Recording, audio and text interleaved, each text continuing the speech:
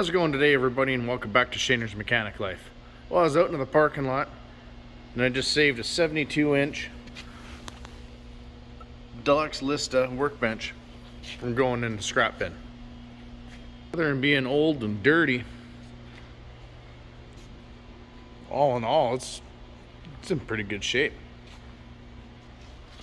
No big dents, no big scratches.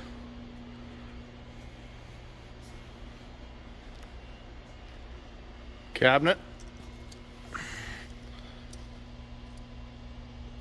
just over 26 inches wide, or sorry, 26 inches deep by about 22 inches wide. And it's got 7 drawers that all seem to open up well. I need a little bit of lubrication, and we got some custom drawer liners. Looks like somebody chopped up Grandpa's old recliner.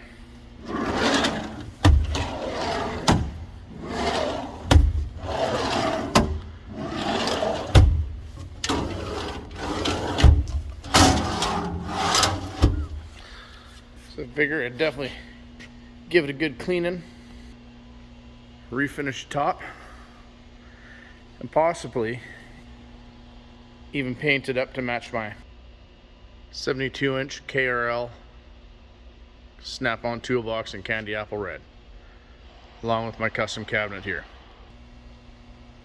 Well, I'll let it all dry out, clean it up, and we're gonna get to work. Here we go. Just because you get items for your shop for free or buy used stuff doesn't mean that they can't all look the same and have some sort of theme.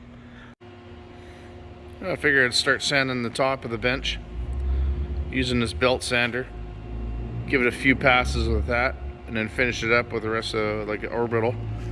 Don't really want to take everything right down to new wood, leave some of the damage as it is an old bench, kind of give it that rustic look. Well, let's get sanding.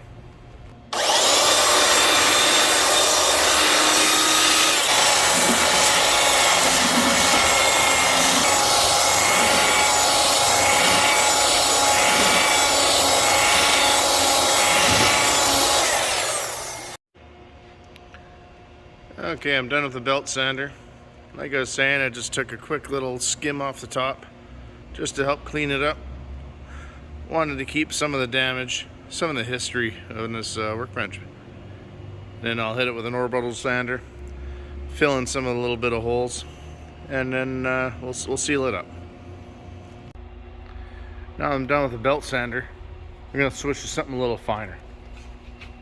I got a sheet of 80 grit on this. Give it a good going over with that, and then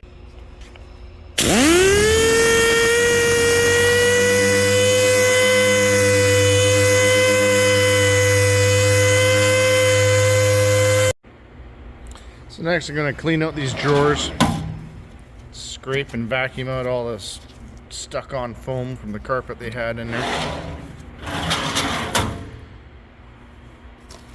It just shows how old this thing is.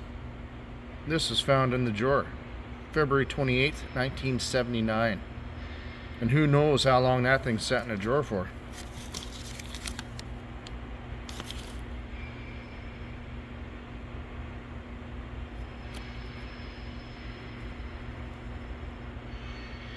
That's interesting.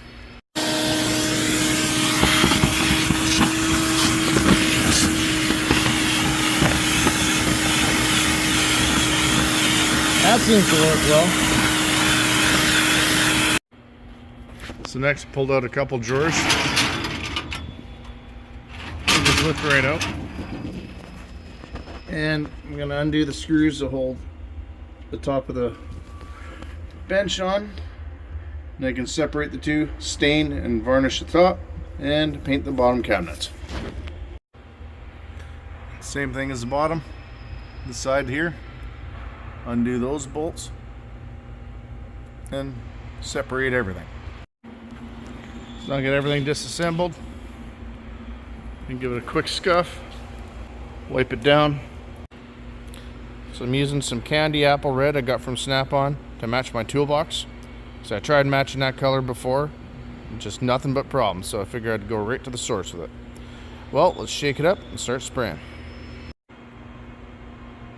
Okay, the first coat's done. I didn't go too crazy heavy with it, didn't want any runs or anything. But basically one can seemed to cover everything the first coat. So I'll let it dry for a little bit and then give it a shot with a second can. Well, I've gotten 4 coats, gone through 3 cans of paint. Seemed to have covered well.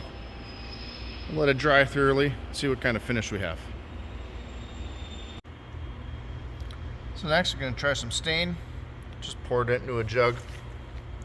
Got a cheap paintbrush. Brush it on and then wipe her off. See how it turns out. Now the staining didn't really go as planned, with this being basically a chipboard top. That stain got sucked in almost as fast as you can throw it on, but wiped off the excess. I think I might give it another coat, kind of see if we can get rid of the light spots there.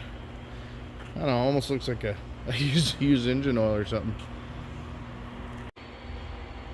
There, the second coat seems to be sitting on top a little bit better. Spread it as evenly as I could. So now I'll give that a wipe down and we'll see how she looks. As well as I'll hit the corners and the sides. It's got all wiped down. Seems a little more even. Seems to be a white spot here, but we'll let it soak in a little bit better. And then I'm sure once we put some Varathane on top, it'll look a lot better. Decided to give it another light coat of stain. Let it sit and then wipe it off. Color consistency seems much more even now. And to seal up and make a nice glossy finish, what I'm going to use is some fast drying polyurethane. And basically I'm just going to pour it on the tabletop, spread around with a roller, and let it dry.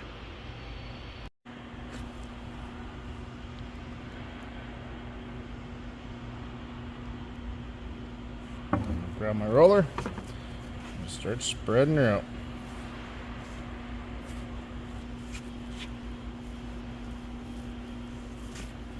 Hopefully it gives it a nice high gloss finish and a little bit more durability, because, you know, after all, we're just dealing with basically chipboard, really.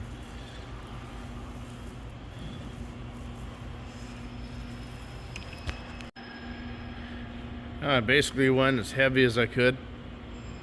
Nice and glossy on top. I got a long weekend coming up, so I can let this thing sit for 3 days and set up and hopefully be fully cured by the time we got to go back to work. Well, all that finish we put on, looks like this 50-year-old plus top just sucked it right up. You can see a little bit's sealed up, the rest of it's soaked right into the top. Now I'll give another coat or two and see how she looks. Same thing as the other coats. Basically, I'm just going to pour it on the middle of the table and then spread it out with my roller.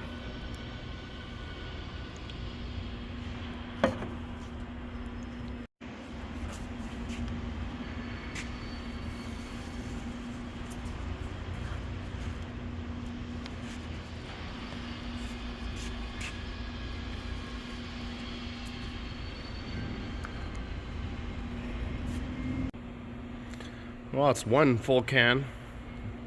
We're getting closer. You can still see a big dry spot here. So I'll hit it with another coat and see how it looks tomorrow morning. The new can and another coat.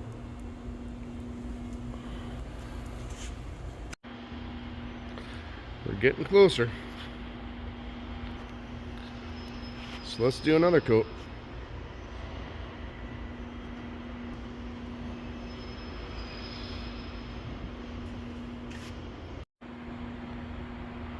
I think we just about got it. So I'm going to give it one final coat, let it cure up, and see how she looks.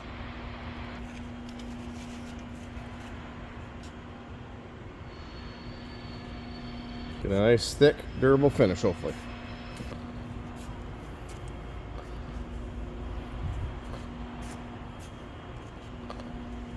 I'll give everything a couple coats of clear coat. Best to go some light coats rather than heavy coats. That way you avoid runs.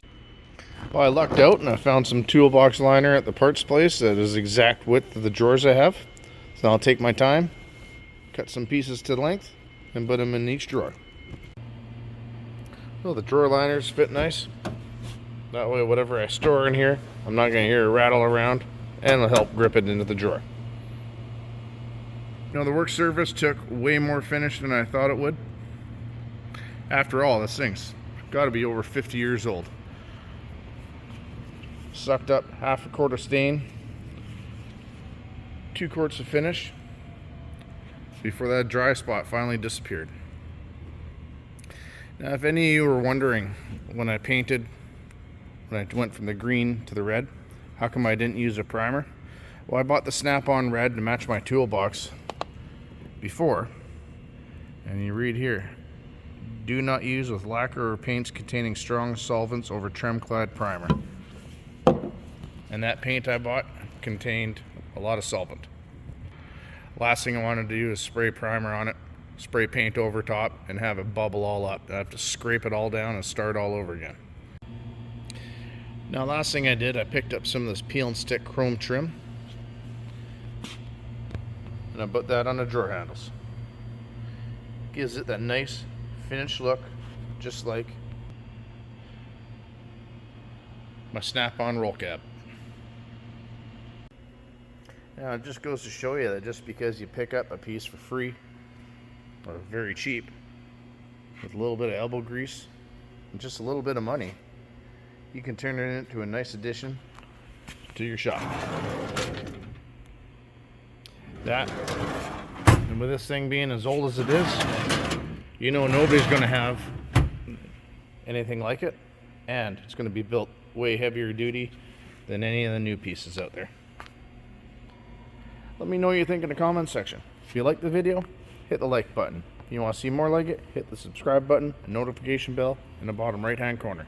That way you get notified when I get new videos coming out. Well, that's it for tonight, everybody. Have a good night, and thanks for watching.